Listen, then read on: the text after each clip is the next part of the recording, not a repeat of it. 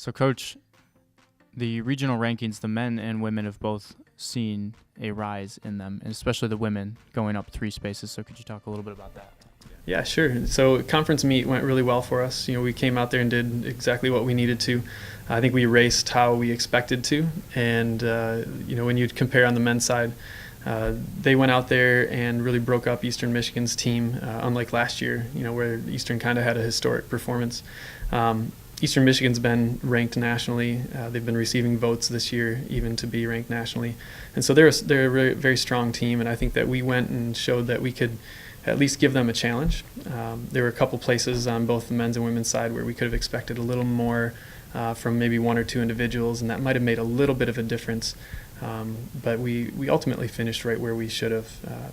Nice to see the women finish 3rd instead of their preseason rank of 6th. That was definitely nice to see that. I know we've been working really hard, and again, with Carly Davis and Maria Scavuzzo and Alessia Vogt, they've been a very solid top 3, and so they put it together on the day just like they should have. So looking at the top teams in the region, according to the rankings, you have Michigan and Wisconsin on both the men's and the women's side. So could you talk a little bit about the squads that they'll be putting out there?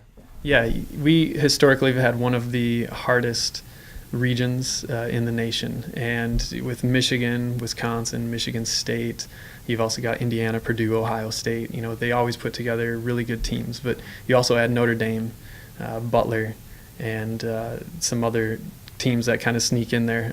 We've got our work cut out for us.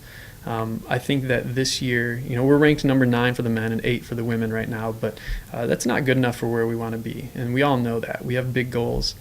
We do have a young team on both sides, and so we're definitely looking forward to the next couple of years, but we know that this year we can go out there and expect to hopefully knock off some of those big brand name teams and kind of prove what we're ready for.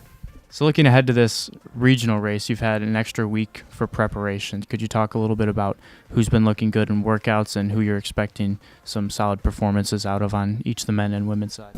Yeah, so coming from the MAC meet where we had our top 9, we've narrowed it down to our top 7 who we think are going to put together the best performance at Terre Haute on that course. And, David Coffey for the men has put together a very solid season. He's come on really strong for us the last 2 races. He's definitely built more for a 10K, and I think that we can expect him to continue to lead this team.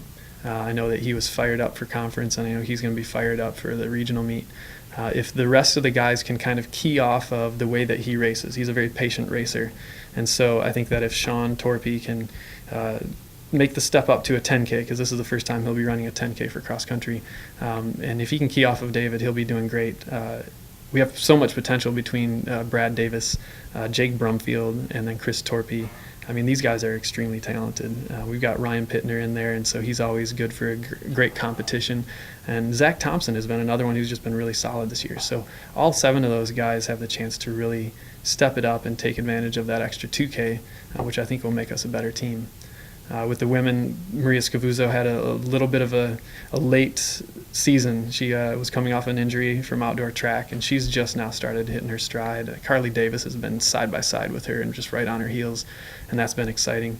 But we've got 5th-year senior Allison Clowney, who's been solid. Sarah Starrett still kind of finding out how fast she actually is, and Sarah and Alessia both ran PRs this year just recently, and so they could come out and really surprise a bunch of people.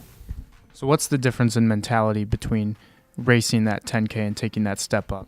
It's tough because it can be very intimidating. It's a very different race between 8K, which is essentially 5 miles, and 10K, which is 6.2 miles. And so they have to be patient, but they can't race it too much different. If they go in there and they're hesitant, it could be disastrous. But they've still got to get out aggressive. They have to race it like an 8K and just trust that the tapering that we've done over the last couple of weeks is going to see them through to the finish. Thanks, Coach.